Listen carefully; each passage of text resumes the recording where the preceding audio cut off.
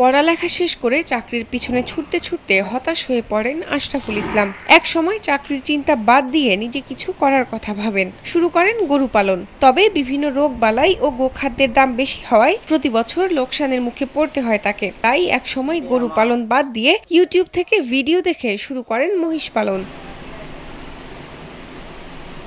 প্রথম দিকে আশরাফুলের খামারে ২টি মহিষ থাকলেও পর্যায়ক্রমে তার খামারে এখন বিভিন্ন জাতের ৮টি মহিষ রয়েছে। প্রতিটি মহিষ ২ থেকে ২.৫ লাখ টাকায় কেনা।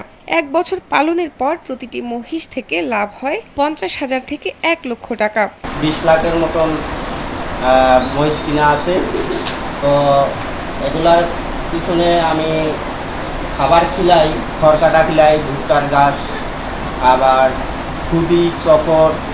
তো বছর শেষে দেখা যায় একটি করে মহিষে আমি ১ লক্ষ টাকা পর্যন্ত লাভ করি। স্যান্ডেলিনা সো, রূপচর্চায় আভিজাত্য।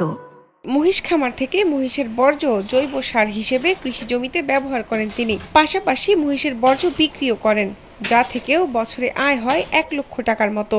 এমনকি মহিষের দুধ বিক্রি করেও আয় করেন। সব মিলিয়ে বছরে তার আয় ৮ লাখ টাকার বেশি। তাকে দেখে এখন রংপুরের বীরগঞ্জের অনেক যুবক মহিষ পালন করার উদ্যোগ নিয়েছে। তার মহিষ দেখার জন্য আমি আসছি, সে কিভাবে লালন পালন করতেছে, আর তার দেখা দেখি আমারও মনে করেন যে পালন করার ইচ্ছা।